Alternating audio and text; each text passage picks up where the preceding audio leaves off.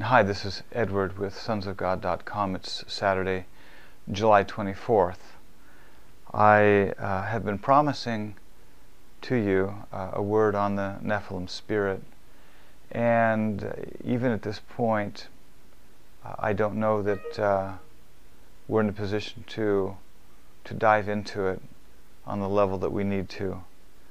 We've been poring back over our notes and various appearings and visions and things concerning the operation of the spirit that's in the earth. But one of the things I wanted to take a brief moment and post is a way to identify exactly the presence of Satan and the presence of the Nephilim spirit. You know, what I've mentioned before in some of the audio or the videos is that there's a fair amount of the assault and the battle that we face is against the Nephilim that exist in the earth. Both the Nephilim spirit and the Nephilim channels. We've got three different things going on here, and we've looked at it very closely because you have what we could call a Nephilim channel. That would be like Peter. You remember when Peter approached Christ, when Christ was saying he had to go to Jerusalem, and Peter said, "Oh Lord, absolutely not." And Christ's response was, "Get behind me, Satan." That was a pretty strong statement. You know, here Peter loves the Lord. The Lord loves Peter. And God looks at Peter and says, "Get behind me, Satan." How devastating that must have been for Peter. You know, but there was that point in time where Peter became a channel, and a channel for the Nephilim to come against Christ, and Christ identified it and nailed it. It didn't get through the gate. That's a Nephilim channel. Now, what we have seen that becomes a little more challenging at times would be a Nephilim channel that is working in a synergy with the emotions of the individual. Now, with Peter, I don't know, not having been there, or shall we say, at least I don't remember the details of having been there. But I don't know how much emotion there was involved with Peter. But I do know that the Nephilim spirit is constantly looking for ways to come against the sons of God with one true intent, and that is to destroy the sons before they fully manifest. So what we talk about is if you have an individual who is affiliated with or open to the sources through which the Nephilim spirit flows, and that individual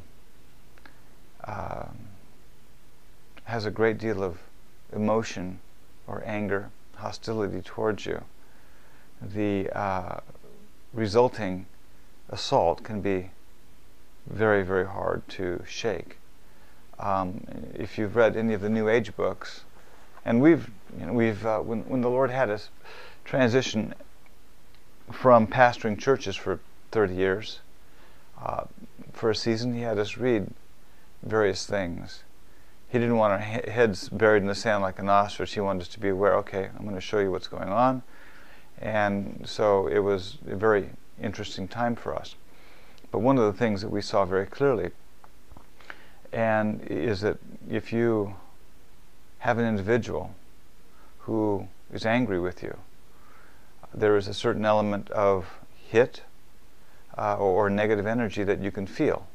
If there was no other dynamics involved, just the individual, you would definitely feel it because it would be a spiritual force, a spiritual entity, especially assuming that you're open to the individual on some level. Now, there's a different set of dynamics that happens when that individual is open to the Nephilim spirit directly or indirectly. then the Nephilim is able to harness that negative energy and emotion and the authority and the assault that comes against you commensurately is exponentially multiplied. And we have seen that quite a bit. In fact, that's what we deal with quite often, even in a challenging way. And it would behoove us not to go into the details on that, but nevertheless. So we're dealing with a Nephilim channel, and then you're dealing with what we would call a Nephilim. And basically, a Nephilim would be like a son of God, one who has given himself over, as we have given ourselves over to Christ, and literally become the channel of the Holy Spirit, the channel of Christ, Christ in you. And you say, well, channel, that's kind of a New Age term. You know what, whatever. It just is what it is. We'll say conduit. You're a conduit of the Holy Spirit.